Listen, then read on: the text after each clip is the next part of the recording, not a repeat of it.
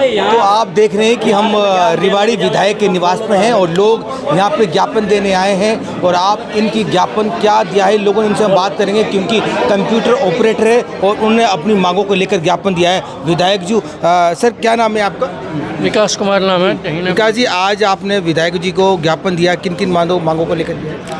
एक तो हमारी सैलरी की मांग है कि हमारी सैलरी जो है कि आज हरियाणा की बीजेपी सरकार जिस तरीके से बच्चों का शोषण कर रही है, 6,000 रुपये किस हिसाब से मैं हरियाणा का मिनिमम वेजेस भी हमें नहीं दे रही है। यदि आप एस्टिमेट लगाओ तो एक मनरेगा मजदूरी जो दिल्ली होती है 362 रुपये जो हरियाणा सरकार ने की हुई है, वो भी हमारी नहीं बन रही है। दूसरा, इन्होंने हरियाणा सरकार ने क्या किया कि नवंबर में इन्होंने ये भर्ती निकाली थी। जो भी भर्ती निकलती है उसका क्या होता है कि शुरू में ही नोटिफिकेशन में ग्रेड लेवल पे पेमेंट दर्शाया जाता है कि आपको इस लेवल पे इतना ग्रेड पे दिया जाएगा। उस टाइम पे हरियाणा सरकार ने वहाँ पे नोटिफिकेशन में कुछ भी नहीं दर्शाया था कि आपको इतना सैलरी दिया जाएगा, ये किया जाएगा।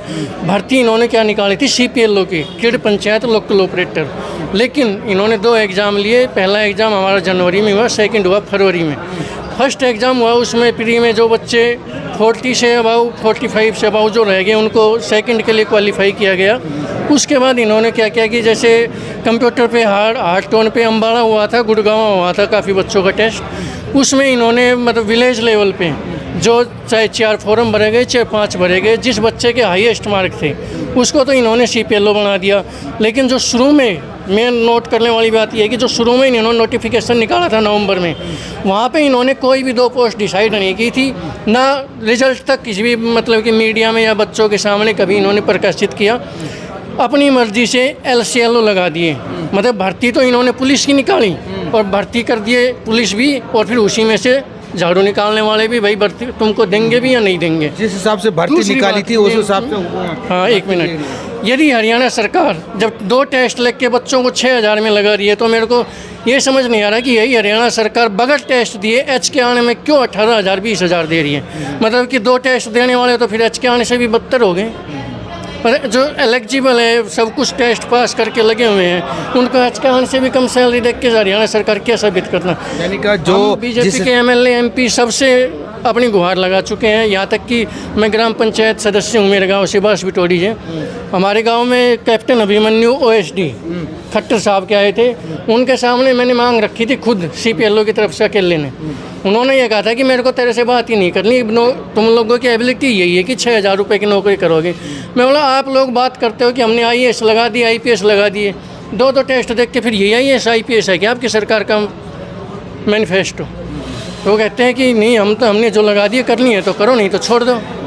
अरे किस हिसाब से वो इस हिसाब से लेक्चर देते हैं, मेरे को समझ नहीं आता है। जबकि यही हरियाणा सरकार इसी फैमिली ID को लेकर के पूरे इंडिया में ढिंडोरा पीट रही है कि हमने सब कुछ पोर्टल पे कर दिया, और जबकि सब जानते हैं, प्रधानमंत्री भी कहता है कि पोर्टल वाली सरकार, विपक्ष भी आज चिल्ला रहा है कि बीजेपी की खट्टर सरकार पोर्टल वाली सरकार बन चुकी है। तो फिर पोर्टल वाली सरकार का जब हम सब बच्चों ने कार्यभार संभाला हुआ है, तो किस हिसाब से ये 6,000 रुपये तनख्वाह दे रहे हैं, मेरे को समझ नहीं आता। 6,000 में देंगे तो फिर 6,000 देने के बाद भी इन्होंने ज्वाइनिंग करवाई। ज्वाइनिंग करवाने के बाद इन्होंने क्या प्रोसेस अपनाया कि किसी भी बच्चे को आज तक ना तो सिटिंग प्लान दिया कि आपको वहाँ बैठना है, आपको ये सिक्योरिटी रहेगी, ना कोई आज तक आइडेंटिटी कार्ड है, ना किसी सरपंच को इन्होंने इंतला किया है कि आपके गांव में ये CPLO ज्वाइन हुआ है, हमारी सिक्योरिटी भी, हमें सिक्योरिटी भी चाहिए। आज इस बहन के साथ अन्याय हुआ है, इसकी आवाज़ कौन उठाएगा, कौन हमारे साथ देने आएगा, बताओ। तो आज आपने MLA साहब को ज्ञापन दिया है, क्या क्या क्या आश्वासन दिया आपको? ये बताएंगे। चिरंजीव राव जी को हमने वो दिया, ज्ञापन दिया, तो उन्होंने आश्वासन दिया कि अभी जो विधानसभा सत्र आएगा उसमें हम आवाज़ उठाएंगे और ये मुद्दा रखेंगे। क्यों आजकल क्या है कि झाड़ू मारने वाले जो गांव में सफाई कर्मचारी उसकी भी 16,000 है, लेकिन हमारे ऊपर पूरा जो फैमिली ID खट्टर साहब ने स्टार्ट किए उसका वो उनसे तो हो ही नहीं। क्योंकि Z क्रीम D क्रीम काफ़ी लगा लिए वो ब्लॉक लेवल पर, लेकिन उनसे ये चीज़ नहीं सुधर पाई कि इतना बोझ है, प्रेशर है फैमिली ID का, तो हमें CPLO भर्ती किए गए और हमारे ऊपर इतना बोझ डाल दिया कि हम ये समझो कि 12-12 14-14 घंटे ड्यूटी करनी पड़ रही है, ठीक है। और इतना काम दे दिया कि हमारा मोबाइल डाटा का खर्चा भी नहीं दे रहे हमारा। कभी वीडियो ब्लॉग बुला लेते हैं, कभी कहीं बुला लेते हैं, ठीक है। तो हमारा न तो पेट्रोल खर्चा निकल पा रहा है, न तो मोबाइल का डाटा का खर्चा निकल पा रहा है। हमारी इतना बुरा शोषण हो रहा है। और तनख्वाह 6,000, वो 6,000 तो इसी खर्चे में निकल जाती है। हम अपने बच्चों को कैसे पालेंगे? हम अब ये है कि थोड़ा बहुत पेरेंट्स के पेमेंट आती है, खेती बाड़ी से जाती है, इसलिए चल रहा है। नहीं आगे तो हमारा तो भविष्य अंधकार में नजर आ रहा है। रेवाड़ी जिले की बात करें, इस तरह कितने हैं जो है भर्ती की गई? 219 हैं। 219। तो सभी का यही हाल है? सभी का यही हाल है। CPL को और LCL को तो इससे बुरा हाल है।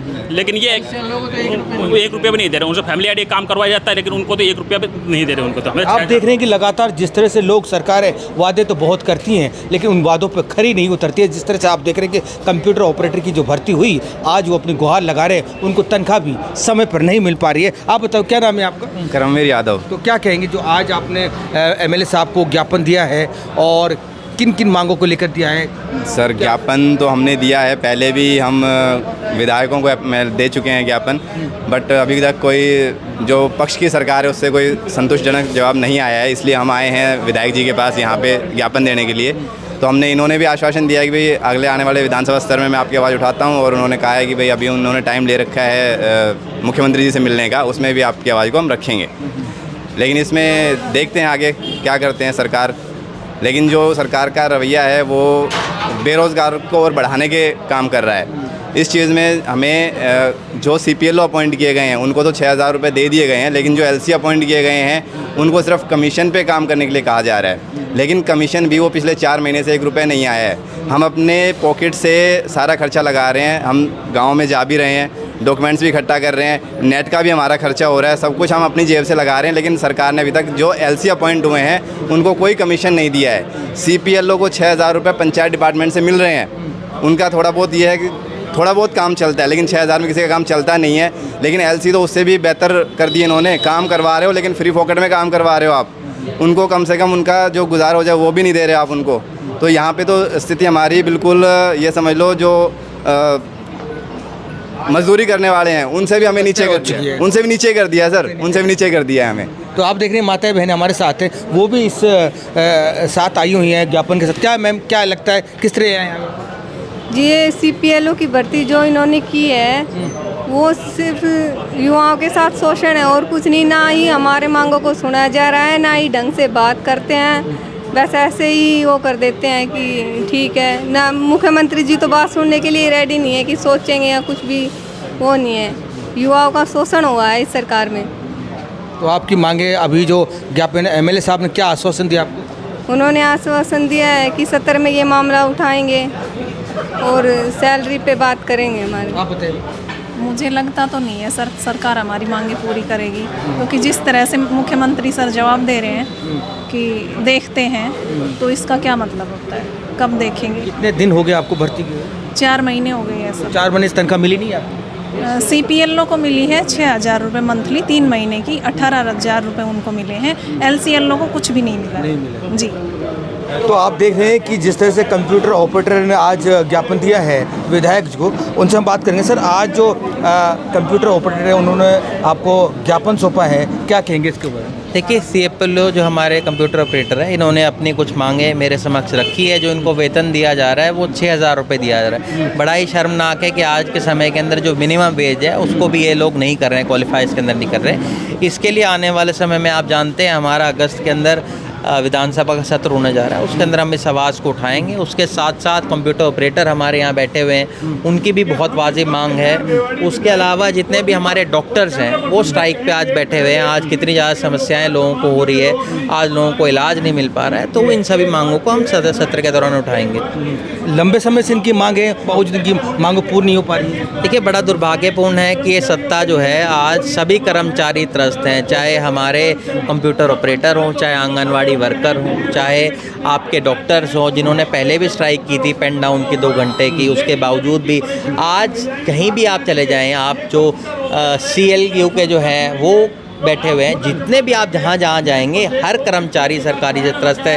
कोई अपनी वेतन मांगता है, किसी को समय पे वेतन नहीं मिलता है। तो मुझे लगता है बड़ी एक दुर्भाग्यपूर्ण सरकार रही है और इसके रवैये के खिलाफ हम लोग आवाज़ आने वाले समय में उठाएंगे। Thank you sir.